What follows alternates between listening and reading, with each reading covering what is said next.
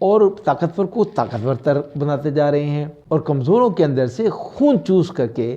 ان کو ذلت آمیز زندگی گزارنے پر مجبور کر رہے ہیں۔ بھئی ہماری جو یہ گفتگو ہے اس کا مقصد تجسس پھیلانا نہیں ہے، بلکہ ایمان کی حفاظت کرنے کے لیے اس کی دعوت کو آگے پھیلانا ہے اور شیطانی فتنوں سے اپنے اور اپنے متعلقین کے ایمان کی حفاظت کے لیے ان کو اس کی طرف توجہ دلانی ہے۔ تو دجال کے بارے میں ائمہ حضرات نے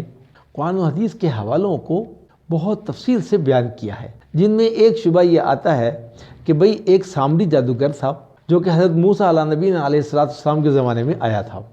تو بعض لوگوں کا یہ کہنا ہے کہ حضرت موسیٰ علیہ نبی علیہ السلام کے زمانے میں بنی اسرائیل کو گمراہ کر کے شرک اور کفر میں ڈالنے والا وہ سامری جادوگر در حقیقت دجال تھا۔ تو دجال کو عالم اشیاء میں تصرف کا اختیار دیا گیا ہے، تو اس نے سونے سے بنے ہوئے بچڑے کو متحرک کر دیا اور وہ جاندار کی طرح آوازیں بھی لگاتا تھا۔ تو ان کی یہ دلیل ہے کہ حضرت موسیٰ علیہ نبی علیہ السلام نے سامری سے اتنی زبردست قسم کا جرم سرزد ہونے کے باوجود بھی اسے جانے کیوں دیا، جس کی وجہ سے اور جس کے ورغلانے کی وجہ سے بنی اسرائیل شرک میں اور بدعات میں اور اللہ کی ناراضگی میں مبتلا ہو گئے۔ تو بنی اسرائیل کی توبہ پہ تو یہ طے ہوا کہ ان کو قتل کیا جائے، لیکن حضرت موسیٰ علیہ نبی علیہ السلام نے سامری سے یہ کہا کہ تیرے لیے اب وقت مقرر ہے جس سے تو آگے پیچھے نہ ہو سکے گا، اس لیے کہ سامری کو اگر اس وقت قتل کیا جاتا تو وہ نہ مرتا۔ تو دجال جو مسیح کاذب ہے، جھوٹا ہے، فریبی ہے، اس کی موت بھی حضرت عیسیٰ علیہ نبی علیہ السلام کے ہاتھوں سے لکھی ہوئی ہے، اور حضرت عیسیٰ علیہ نبی علیہ السلام جو کہ مسیح صادق ہیں، تو جب سامری سے یہ کہا گیا کہ چلا جا، تیری یہ سزا ہے کہ تو زندگی بھر یہ کہے گا کہ مجھے نہ چھوؤ، تو دجال یعنی وہ سامری جادوگر وہ مجروح حالت میں وہاں سے چلا گیا اور غائب ہو گیا، اور اب وہ کہیں روپوش ہے۔ تو سامری جادوگر کے بارے میں جو بھی تفصیلات کتب احادیث اور کتب تفاسیر موجود ہیں، وہ تو دجال پر منطبق ہوتے ہوئے دکھائی نہیں دیتی۔ جیسے کہ ایک تفصیل کے مطابق دجال ایک آنکھ سے کانا ہوگا اور اس کے دونوں آنکھوں کے درمیان کافر لکھا ہوا ہوگا، جبکہ سامری جادوگر کانا نہیں تھا اور اس کی دونوں آنکھوں کے درمیان بھی کفر نہیں لکھا ہوا تھا، اور حضرت موسیٰ علیہ نبی علیہ السلام نے بھی سامری جادوگر کو کہیں قید نہیں کیا تھا، اور جبکہ احادیث میں بڑی تفصیل سے یہ بات ہے کہ دجال کہیں پر مقید ہے اور بیڑیوں میں بندھا ہوا ہے، اور سامری کو تاحیات سزا دی گئی ہے کہ وہ ہر آنے والے کو یہ کہتا تھا کہ مجھے نہ چھوؤ۔ تو دجال ایسا نہیں کہے گا، دجال تو ساری دنیا کو اپنے قریب کرنے کے لیے کہے گا اور ایسا سوچے گا اور ترتیبیں بنائے گا۔ اور پھر اگر سامری جادوگر ہی دجال ہوتا تو احادیث مبارکہ میں کہیں تو ایک اشارہ ملتا، جبکہ کسی حدیث میں سامری جادوگر کے بارے میں دجال کے ہونے پہ کسی قسم کا بھی کوئی شبہ، کوئی باضابطہ طور پر یا کسی بھی انداز سے کوئی اشارہ نہیں ہے۔ اور دجال کے بارے میں احادیث مبارکہ میں بہت تفصیل سے نشانیاں ہیں اور علامتیں بیان کی گئی ہیں، اور لیکن کہیں پر یہ ذکر نہیں ہے کہ وہی ہزاروں سال پرانا یہ وہ سامری جادوگر ہے۔ اور اس کے علاوہ بعض اہل علم کی رائے یہ ہے کہ دجال حضرت سلیمان علیہ نبی علیہ السلام کے زمانے میں ایک جن نما انسان ہیرم آبیف یا سحر آصف اس سے مراد لیتے ہیں۔ یہ سیدنا حضرت سلیمان علیہ نبی علیہ السلام کے زمانے میں ان کے دور میں ہیکل سلیمانی کو بنانے میں 9 بڑے معمار اور ان کا سربراہ تھا۔ یہ ماسٹر میسنز ان کا گرینڈ ماسٹر تھا اور وہ جنات سے تعلق رکھتا تھا۔ یہودیوں کے مذہبی داستانوں کے مطابق نعوذ باللہ فرشتوں نے سحر آصف کو کائنات کے بنانے کی تعمیر کے جادوئی راز بتا دیے تھے، اور ان سے وہ راز لینے کے لیے اسے قتل کر دیا گیا۔ اب یہاں یہود کی بدقسمتی دیکھیں کہ وہ اللہ سبحانہ وتعالیٰ کے سچے نبی حضرت سلیمان علیہ نبی علیہ السلام سے اپنی نسبت تو کرتے ہیں لیکن ان کی اطاعت نہیں کرتے اور ان پر جادو کے جھوٹے بہتان لگاتے ہیں، اور جبکہ دوسری طرف ہیرم آویف کو یعنی کہ سحر آصف جو تھا اس کو اپنا دیوتا سمجھتے ہیں۔ اب ان کے مطابق قرآن مجید میں جو مذکور ہے، جس کا مفہوم ہے کہ ہم نے جنوں کو اس سلیمان کا تابع فرمان بنا دیا، جن میں ہر قسم کے معمار اور غوطہ خور تھے، ان معماروں میں ہیرم آبیف جن بھی تھا۔ اسی طرح ایک آیت قرآنی میں ہے، اور ہم نے آزمایا سلیمان کو اور ڈال دیا کرسی پر ایک جسم۔ ان سے یہ لوگ یہی ہیرم آبیف کو ہی مراد لیتے ہیں، جس نے یہودیوں کی یہ مسخ شدہ روایات کے مطابق سلیمان علیہ نبینا علیہ السلام کی انگوٹھی چرائی تھی اور تخت سلیمانی پر قابض ہو گیا تھا۔ انہی اسرائیلی روایات کو ہمارے مفسرین نے نقل کیا ہے اور ان باتوں کی سخت تردید کی ہے۔ حضرت قتادہ رضی اللہ تعالیٰ عنہ سے یہ روایت ہے اور وہ بیان فرماتے ہیں جو ابن کثیر رحمۃ اللہ علیہ کے نزدیک کہ یہ یہودی علماء سے لی گئی ہے۔ حضرت سلیمان علیہ نبینا علیہ السلام کو حکم دیا گیا کہ بیت المقدس کو اس طرح سے تعمیر کریں کہ کوئی لوہے کی آواز سننے کو نہ ملے۔ انہوں نے بہت کوشش کی لیکن کامیاب نہ ہو سکے۔ تب انہوں نے ایک جن کے بارے میں سنا جس کا نام سخرا یا آصف تھا اور وہ اس ٹیکنیک سے آگاہ تھا۔ حضرت سلیمان علیہ نبی علیہ السلام نے آصف کو بلوایا تو آصف نے ان کے سامنے ہیرے سے پتھروں کو کاٹنے کا عمل دکھایا، تو اس طریقے سے شرط پوری ہو گئی اور لوہے کی آواز نہیں آئی، تو چنانچہ بیت المقدس یعنی ہیکل سلیمانی تعمیر ہو گیا۔ تو ایک دن حضرت سلیمان علیہ نبی علیہ السلام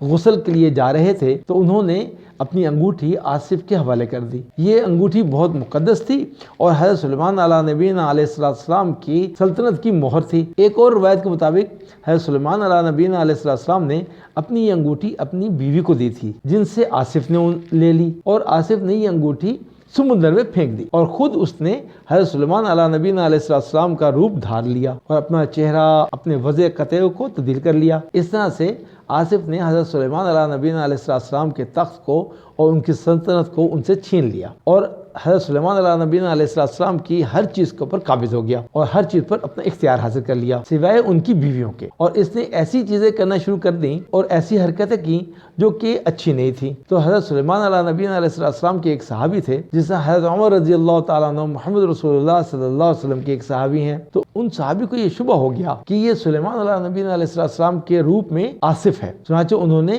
آصف کا امتحان لیا اور آصف سے سوال پوچھے جس کا آصف نے تورات کی تعلیمات کے خلاف جواب دیا۔ اس بات سے سب لوگوں کو اس بات کا اندازہ ہو گیا کہ یہ آصف ہے، حضرت سلیمان علیہ نبی علیہ السلام کے روپ میں ہے اور بس یہ پیغمبر نہیں ہے۔ تو اس کا انجام کار یہ ہوا کہ سلیمان علیہ نبی علیہ السلام نے اپنی سلطنت واپس لے لی اور آصف کو گرفتار کر لیا۔ تفسیر ابن کثیر میں بہت تفصیل سے یہ بات لکھی ہوئی ہے۔ تو یہودی چونکہ حضرت سلیمان علیہ نبی علیہ السلام کے سچے ماننے والے اور پیروکار نہیں تھے، تو انہوں نے اس واقعے کے اندر بہت زیادہ توہین آمیز واقعات کو شامل کیا۔ علامہ ابن کثیر رحمۃ اللہ علیہ فرماتے ہیں کہ اہل کتاب یہودیوں کا ایک بہت بڑا گروہ اس بات پر یقین رکھتا تھا کہ حضرت سلیمان علیہ نبی علیہ السلام اللہ سبحانہ وتعالیٰ کے پیغمبر ہیں، اس لیے زیادہ امکان یہی ہے کہ ان لوگوں نے اس طرح کے واقعات اور داستانوں کو وضع کیا ہو۔ اس طرح ان کے مطابق ہیرم آبیف یعنی آصف انسانی جن یا جن نما انسان یا جناتی انسان، یہودیوں کی محرف داستانوں کے مطابق کائنات کا گرینڈ آرکیٹیکٹ تھا۔ اسے مقدس ہیکل کے کلیس پر لے جایا گیا، اس کی ایک آنکھ خراب تھی، اس کو مرنے سے پہلے بہت زیادہ تشدد کیا گیا اور اس تشدد کی وجہ سے اس کا حلیہ بہت بگڑ گیا، اور یہودیوں کے نزدیک کیپٹل جی گاڈ وہ بھی اسی کی طرف ہی نشاندہی کرتا ہے، the grand architect of the universe, یہ اس کا مخفف بنایا ہوا ہے۔ یہود اس کو اپنا مسیحا اور دیوتا سمجھتے ہیں اور کلوننگ کے ذریعے سے اس کو دوبارہ زندہ کرنے کی امید پر محنت کر رہے ہیں اور بڑے پیمانے پر سائنسی تجربات کیے جا رہے ہیں۔ اور فری میسن کی جو آخری ڈگری وہ تیسری ڈگری ہے جو کہ غیر یہودی کو دی جاتی ہے، تو اس کی تقریب میں کچھ اس طرح کے الفاظ استعمال ہوتے ہیں جیسے کہ ما آت، نیپ، سین آ، ما آت، ہا آ، اس طرح کے الفاظ یہ قدیم مصری زبان کے الفاظ ہیں۔ اس کے معنی ہیں عظیم ہے فری میسری کا مستند عظیم قائد، عظیم ماسٹر، اور یہی جذبہ فری میسری کا جذبہ بنتا ہے، اور اس میں سینئر ماسٹر سے مراد یہی نیم انسانی جن ہے جو کہ بد عقیدہ اور بد عمل شخصیت اور شیطان مراد ہے۔ یہودی چونکہ اس مردہ کو زندہ کر کے اٹھانے کے چکر میں ہیں اور تجربات کر رہے ہیں، لہذا وہ ماسٹر میسن کے بنانے کی تقریب کو اٹھانے کی تقریب کہتے ہیں، اس کو بنانے کی تقریب نہیں کہتے۔ تو یہود اپنے اس ماسٹرز کے اور کائنات کی گرینڈ آرکیٹیکٹ کو اور اس کی لاش کو جینیٹک انداز سے اور سائنس کی مہارت سے اس کو اٹھانے کی امید سے ہیں۔ اس طرح کی رائے یہود کی مخصوص روایتی سوچوں کے مطابق تو درست ہو سکتی ہے، مگر فی الحقیقت اس طرح صحیح نہیں ہے، جیسے کہ ہمارے پیارے نبی محمد رسول اللہ صلی اللہ علیہ وسلم کی احادیث کے مطابق دجال مردہ نہیں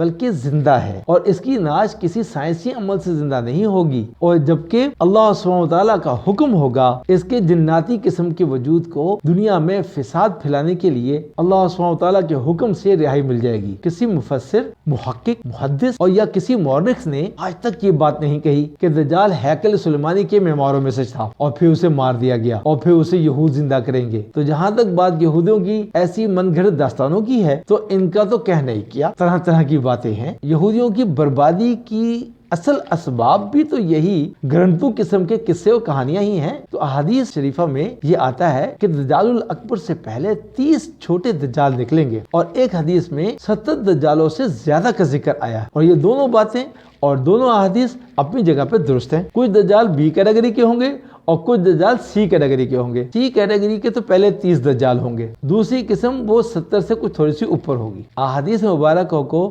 جس طبی سرسری انداز سے بھی دیکھا ہے نا، اسے اس بات کی بہت اچھی طریقے سے سمجھ ہے کہ دجال کوئی ملک نہیں ہو سکتا، بلکہ وہ ایک متعین شخص ہے جسے انسانوں کی آزمائش کے لیے غیر معمولی قسم کی صلاحیتیں اور طاقتیں دی گئی ہوں گی، لیکن وہ ان صلاحیتوں اور طاقتوں کو ہمیشہ غلط انداز سے اور غلط جگہ پہ استعمال کرے گا۔ جن احادیث میں علامات دجال اور اوصاف دجال بیان کیے گئے ہیں، اس میں ایک بات تو صاف و واضح بیان ہے اور بڑی وضاحت کے ساتھ ہے کہ وہ ایک معین شخص ہے جس کے کچھ معین قسم کی صفات ہوں گی، اور وہ ایک خاص معین قسم کے زمانے میں ظاہر ہوگا، اور وہ ایک خاص معین قوم کے اوپر ظاہر ہوگا جو کہ یہود ہیں۔ اس لیے ان تمام وضاحتوں کی موجودگی میں نہ ان باتوں کی کوئی انکار کی گنجائش ہے اور نہ ہی کوئی ضرورت ہے۔ احادیث مبارکہ میں یہ بھی تعین کر دیا گیا ہے کہ وہ فلسطین میں ظاہر ہوگا اور وہاں اس کو عروج اور غلبہ حاصل ہوگا، اور در حقیقت فلسطین ہی وہ جگہ ہے اور وہ آخری دنیا کا سٹیج ہے جہاں ایمان اور مادیت، حق اور باطل کی کشمکش جاری ہے، اور بہت جلد یہ چیز منظر عام پر آنے والی ہے۔ ایک طرف تو اخلاقی اور قانونی حقوق رکھنے والی قوم ہے جن کا سب سے بڑا ہتھیار اور سب سے بڑی دلیل یہ ہے وہ دین حق اور دعوت اللہ کے حامل ہیں اور انسانیت کی فلاح اور بہبود کے داعی ہیں، اور دوسری طرف وہ قوم ہے جو کسی خاص نسل اور خاص قسم کے خون کے تقدس اور برتری کی قائل ہے، اور پورے عالم اور انسانیت کے سارے وسائل کو اس نسل اور اس عنصر کے اقتدار اور سیاست کے اندر لے آنا چاہتی ہے، اور فنی صلاحیتوں اور علوم طبیعہ اور اس کے وسائل اور اس کے ذرائع کا بہت بڑا ذخیرہ اس قوم کو حاصل ہے۔ انسانیت کے اس حقیقی اور فیصلہ کن معرکے کے اثرات مشرقی عرب اور مشرقی اسلامی ریاستوں میں اور ان کے افق پر ظاہر ہو چکے ہیں، اور وہ حالات اور واقعات اس خاص قسم کے ماحول کو تیار کر رہے ہیں جس میں یہ کہانی اپنے سچے کرداروں کے ساتھ دہرائی جائے گی، اور یہ بہت جلد دہرائی جانے والی ہے۔ تو ان تمام باتوں کا خلاصہ تقریباً یوں ہے کہ اگرچہ کوئی ملک دجال نہیں ہو سکتا، دجال ایک زندہ شخصیت ہے، لیکن کچھ ممالک کے دجالی معاملات میں ہونے میں کچھ شک بھی نہیں ہے، لیکن وہ دجال نہیں ہے۔ فتنہ دجال کی راہ ہموار کرنے کے لیے فتنہ دجال کی طرح کے اشکال ضرور ہیں، جیسے کہ ان ملکوں کی تہذیب جو کہ سراسر مادیت پر مشتمل ہے، تہذیب تو ضرور ہے، بلکہ دجال ظہور کے بعد دنیا میں جو کچھ بھی کرے گا وہ یہ ملک استعمار یہود کے ورگلانے سے دجال کو سچا نجات دہندہ سمجھ کر اس کی راہ ہموار کر رہے ہیں۔ دجال کو حقیقی آسمانی خدا کے مقابلے میں فرضی زمینی خدائی کے لیے جو کسی قسم کے بھی وسائل درکار ہیں، یہ ممالک انہیں مہیا کرنے میں دن اور رات سائنسی تجربات میں منہمک ہیں اور تحقیقات میں لگے ہوئے ہیں، اور یہی لوگ یہودی سائنسدانوں کے ساتھ مل کر دن اور رات بحر العقل قسم کی چیزیں ایجاد کرنے میں لگے ہوئے ہیں، اور اس کی عالمی حکومت قائم کرنے کے سلسلے میں اور اس کی بنیادوں کو مضبوط بنانے کے لیے اپنی تمام صلاحیتیں اور تمام زور صرف کر رہے ہیں۔ لیکن ان سب کے باوجود یہ لوگ اور یہ ممالک دجال نہیں ہے، کیونکہ دجال ایک معین شخص ہے، کیونکہ احادیث کے نزدیک وہ دجال اکبر مسیح کاذب ایک نوجوان مرد ہوگا، اس کے بال چھوٹے اور گھنگریالے ہوں گے، اور وہ ایک آنکھ سے نابینا یعنی کانا ہوگا۔ رسول مقبول صلی اللہ علیہ وسلم نے ایک بار خواب میں دیکھا، جس کا مفہوم ہے کہ وہ ایک بار خانہ کعبہ میں طواف فرما رہے ہیں، اور اس دوران آپ صلی اللہ علیہ وسلم کو دجال دکھایا گیا۔ آپ صلی اللہ علیہ وسلم نے فرمایا، جس کا مفہوم ہے وہ بھاری بھرکم جسم اور سرخ رنگت کا گھنگریالے بال اور ایک آنکھ سے نابینا ہوگا، اور اس کی ایک آنکھ لٹکے ہوئے انگور کی مانند ہوگی، جیسے انگور کا دانہ لٹک جاتا ہے، اور اس کی پیشانی پر لفظ کافر لکھا ہوگا، اور ہر اہل ایمان اس لفظ کو پڑھ لے گا، چاہے وہ پڑھا لکھا ہو یا نہ پڑھا لکھا ہو، اور اس کو پڑھ کر سمجھ بھی سکے گا۔ اسی دور کی بات ہے کہ نیٹو کی فوج کے کچھ ٹینک خلیج کی جنگ میں اور کوسوو کی جنگ میں جو استعمال ہوئے تھے، ان کے اوپر KOFR کفر یہ لکھا ہوا تھا، جبکہ کافر وہ چاہے آکسفورڈ یا ہارورڈ کا ماسٹرز ہو یا گریجویٹ ہو، یہ لفظ نہیں سمجھ سکتا۔ اب اسے ایمان والا پڑھ سکتا ہے، اس کو ہم ایمان والے کی ایمانی برکت اور کفر اور نفاق والے کو کفر اور نفاق کی نحوست کے علاوہ اور ہم کیا نام دے سکتے ہیں؟ جو جتنا زیادہ عصری تعلیم یافتہ ہوگا، جدیدیت کی طرف مائل ہوگا، وہ اتنا ہی دجال کے فتنے میں مبتلا ہوتا چلا جائے گا، کیونکہ عصری تعلیم مادیت کی تعلیم عقلیت پسندی کو سکھاتی ہے، اور جو جتنا سیدھا سادہ واجبی سی دینی تعلیم یافتہ ہوگا، وہ اور اس کا ایمان اتنا ہی دجال کے فتنے سے محفوظ رہے گا، کیونکہ دینی تعلیم عقلیت کے پار دیکھنے کی صلاحیتیں پیدا کرتی ہے اور روحانیت سکھاتی ہے۔ اب عقل سے پار کیا چیزیں ہیں اور وہ کون سی دنیا ہے، وہ کیسے انسان دیکھ سکتا ہے، اس کے لیے ایمان کی حالت میں دین محمدی صلی اللہ علیہ وسلم کو پڑھنا، اس کا علم حاصل کرنا بہت ضروری ہے۔ تو یہ ایک سیدھی سادی سی بات ہوئی کہ دجال ایک جناتی شخصیت، جناتی قوتوں والا غیر معمولی شخصیت یا نیم جناتی انسان، اس قسم کی کوئی ایک آزمائشی مخلوق ہوگا۔ جب وہ ظاہر ہوگا تو تمام مسلمان شام کے جبل دخان کی طرف بھاگیں گے، اور دجال وہاں آ کر ان کا محاصرہ کر لے گا اور انتہائی شدید قسم کے مشقت سے گزریں گے، اور پھر ایک فجر کے وقت میں حضرت عیسیٰ علیہ نبینا علیہ السلام نازل ہوں گے، اور وہ مسلمانوں سے کہیں گے کہ تمہیں اس کاذب جھوٹے دجال کی طرف نکلنے سے کون سی چیز مانے ہے؟ تو وہ مسلمان ان کو کہیں گے کہ وہ تو جن ہے، اس سے مقابلہ بہت مشکل ہے۔ تو شارحین احادیث نے فرمایا کہ دجال کی شعبدہ بازی اور مسمرزم وغیرہ کو دیکھ کر شاید بعض مسلمان اس کو جن ہونے کے گمان کریں گے، یا ممکن ہے مسلمان ایسی بات بطور تشبیہ کہیں گے کہ اس شخص کی حرکتیں اور اس کی اعزاء رسانیاں جنات کی طرح ہیں۔ اگر بالفرض ہم اور آپ سوچیں،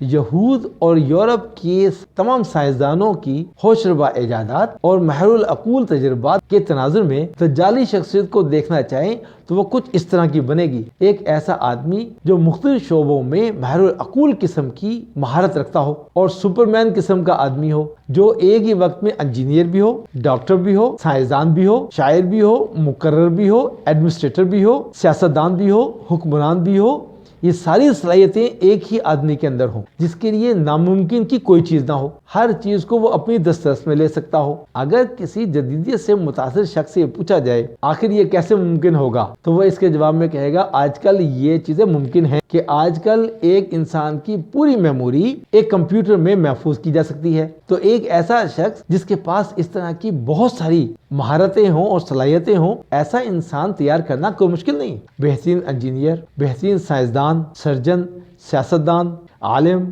مقرر، شاعر، منصوبہ ساز، مینجمنٹ کا ماہر، تو اس طرح کا انسان بنانا کوئی مشکل نہیں ہے۔ تو نیو ورلڈ آرڈر کا مثالی آدمی، بنی داؤد کا عالمی شہنشاہ دجال الاکبر، ملعون اعظم، اس کے آنے پر مغرب کی تجربہ گاہوں میں دن رات کام جاری ہے۔ وہ دجال، وہ ملعون وقتی طور پر غیر فانی لگے گا، لیکن اس سب کے باوجود اللہ سبحانہ تعالیٰ کے نزدیک اور اللہ عز و جل کی نظر میں وہ اتنا حقیر ہوگا، اتنا پست اور ذلیل ہوگا کہ اس زمانے میں اللہ سبحانہ تعالیٰ اور اس زمانے کے اہل الایمان مقربین کو اس ذلیل ترین شخص کی کچھ پرواہ نہیں ہوگی۔ مجھے اور آپ کو اس بات کے لیے پہلے سے تیار ہونا ہے کہ ایسے نہ ہو کہ ہم بھی عقلیت کے پیچھے پڑھ کر جدیدیت اور مادیت کے علم کو حاصل کر کے جیسے ہم اپنے بچوں کو پڑھا رہے ہیں۔ اور کون سی یونیورسٹی، کون سا کالج ایسا ہے کہ جہاں پر جدیدیت اور مادیت جو کہ اللہ عز و جل کے علم کو پیچھے کرتی ہے اور مادی عقلیت کے پیمانے پر پوری پوری کائنات کو زندگی کو سمجھنا سکھاتی ہے. ہم اس نقشے میں اس عادت میں کہیں حقیقت کو چھوڑ کر ایمانی بات کو چھوڑ کر غیب کی باتوں کو چھوڑ کر عقلیت کی بات پر ایمان نہ لے آئیں. تو میرا خیال ہے بھئی بہت تفصیل سے بات ہو گئی. انشاءاللہ بقیہ جو بات ہوگی وہ ہم اگلی ویڈیو میں کرنے کی کوشش کریں گے. اس وقت تک کے لیے اپنے ایمان کے لیے اور میرے ایمان کے لیے دعا بھی کریں, تدابیر بھی کریں اور آنے والی نسلوں کو بھی سمجھائیں. السلام علیکم ورحمۃ اللہ. دی گیٹ آف گائیڈنس چینل کی ویڈیوز دیکھنے کے لیے سبسکرائب کریں, بیل آئیکن کو دبائیں اور بیل آئیکن میں آل آپشن کو دبائیں تاکہ ہر نئی ویڈیو بر وقت آپ کو ملتی رہے.